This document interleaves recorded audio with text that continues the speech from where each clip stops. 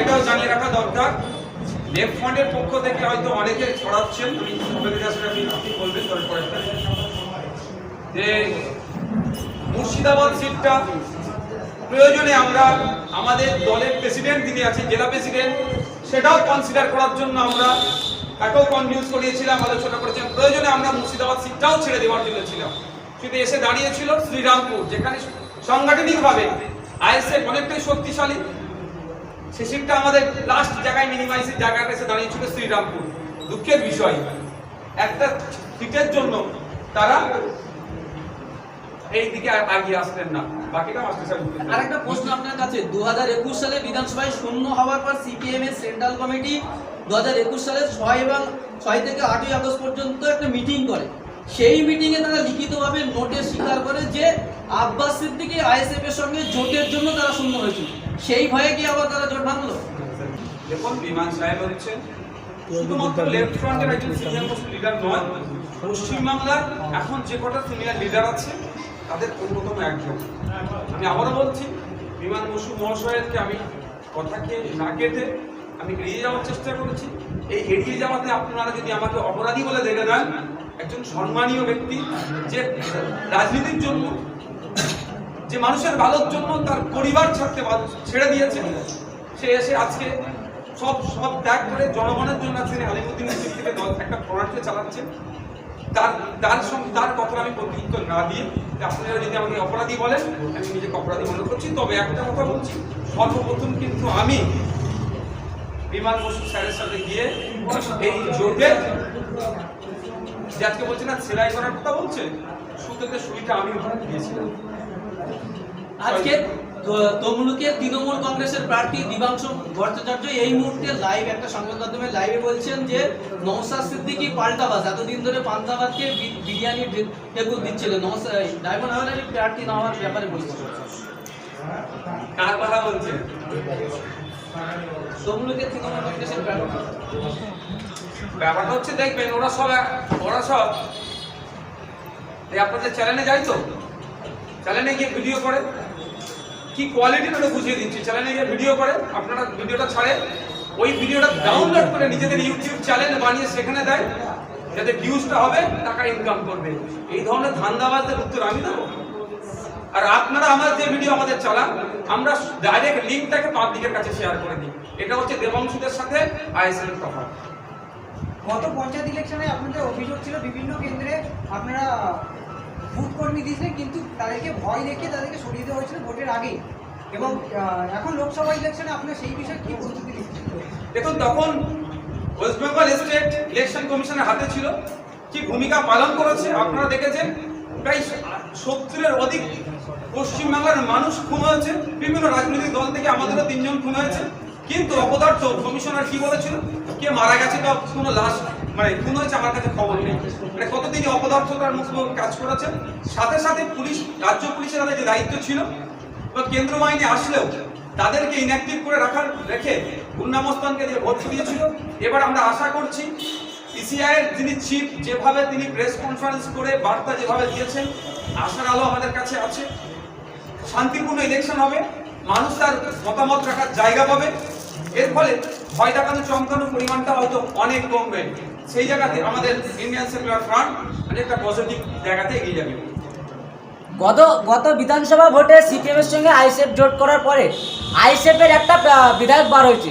সেই কারণে কোনো কি জায়গায় ভয় পাচ্ছে সিপিএম ও কংগ্রেস বিজেপির সহযোগিতা করার জন্য, কি কোনো ভয় পাচ্ছে আইএসএফ এর সঙ্গে জোট করছে না, কি বলবেন?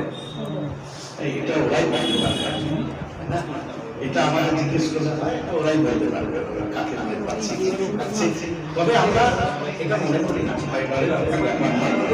আমরা মনে করি যে এটা রাজনৈতিক যুদ্ধ, এই রাজনৈতিক যুদ্ধে এবার আর কোনোদিন হবে না।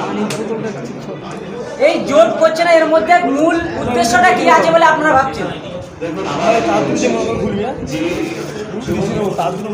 প্রত্যেকটা দলের আছে, সেই বাধ্যবাধকতার জায়গা থেকে আমরা 14টা 12টা 8টা 7টা সিটে নেমে এসেছিলাম। যদি আমাদের যাদের সঙ্গে জোট হওয়ার কথা, এটাও জানিয়ে রাখা দরকার, লেফট ফ্রন্টের পক্ষ থেকে হয়তো অনেকে ছড়াচ্ছেন, আমি সবাইকে আসলে আপনি বলবেন তারপরে যে মুর্শিদাবাদ সিটটা প্রয়োজনে আমরা আমাদের দলের প্রেসিডেন্ট যিনি আছেন, জেলা প্রেসিডেন্ট, সেটাও কনসিডার করার জন্য আমরা তাকেও কনভিন্স করিয়েছিলাম, আলোচনা করেছিলাম। প্রয়োজনে আমরা মুর্শিদাবাদ সিটটাও ছেড়ে দেওয়ার জন্য ছিলাম, কিন্তু এসে দাঁড়িয়েছিল শ্রীরামপুর, যেখানে সাংগঠনিকভাবে আইএসএফ অনেকটাই শক্তিশালী। সে সিটটা আমাদের লাস্ট জায়গায় মিনিমাইজের জায়গাটা এসে দাঁড়িয়েছিল শ্রীরামপুর। দুঃখের বিষয়, একটা সিটের জন্য তারা এই দিকে আগিয়ে আসতেন না, বাকিটা মাস্টার সাহেব। আরেকটা প্রশ্ন আপনার কাছে, 2021 সালে বিধানসভায় শূন্য হওয়ার পর সিপিএম এর সেন্ট্রাল কমিটি 2021 সালের 6 থেকে 8ই আগস্ট পর্যন্ত একটা মিটিং করে। সেই মিটিংয়ে তারা লিখিতভাবে নোটে স্বীকার করে যে আব্বাস সিদ্দিকী আইএসএফ এর সঙ্গে জোটের জন্য তারা শূন্য হয়েছিল। সেই ভয়ে কি আবার তারা জোট ভাঙলো? আবার বলছি যে এই প্রশ্নটা আমাদের কাছে আমরা ওদেরকে জিজ্ঞেস করতে হবে। আর এই ধরনের যদি ওরা সিদ্ধান্ত নিয়ে থাকে যে আইএসএফ এর কারণে আমাদের পরাজয় ঘটেছে, তাহলে বলবো মানুষের উপরে আস্থা নেই।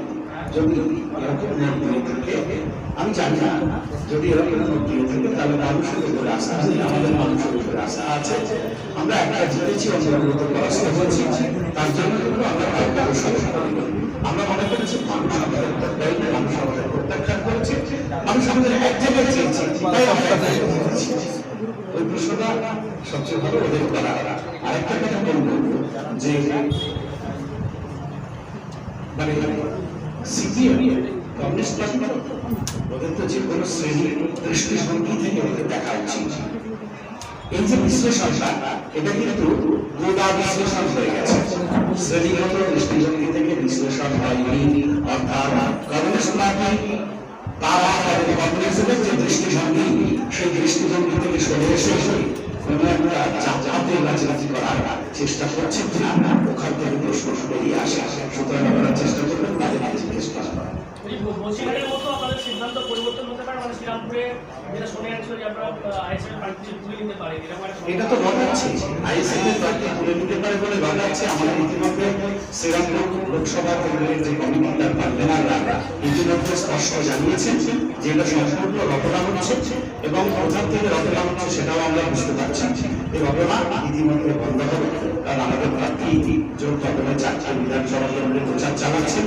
এগুলো হয়ে গেলে তারপরে সব কেন্দ্রের বিধানসভাগুলোতে প্রচার চালাবে। আজকের পর থেকে কি জানাচ্ছেন তাহলে, সিপিএম কি কংগ্রেসের সঙ্গে আইএসএফ জোট করছে বা জোট হচ্ছে কি, এটাই জানানোর চেষ্টা। সিপিএম কংগ্রেস জোট হচ্ছে কিনা সেটা তো সিপিএম কংগ্রেস বুঝবে, কিন্তু আমাকে বারবার জিজ্ঞেস করার পর আমি একটা প্রশ্ন করতে চাইছি যে ইন্ডিয়া জোট নিয়ে সিপিএম এত অহংকারী, কংগ্রেস এত অহংকারী, রাহুল গান্ধীর বিরুদ্ধে সিপিএম প্রার্থীরা তুলে নেবে কিনা, সিপিআই বামফ্রন্ট প্রার্থীরা তুলে নেবে কিনা, সেটা বামফ্রন্টকে বলতে হবে। যে রাহুল গান্ধীর বিরুদ্ধে বামফ্রন্ট প্রার্থী হয়ে ইন্ডিয়া জোটকে দুর্বল করছে কিনা, সেটা বামফ্রন্টকে বলতে হবে। রাহুল গান্ধীর বিরুদ্ধে প্রার্থী হয়ে ইন্ডিয়া জোটকে দুর্বল করছে বামফ্রন্ট। Thank you.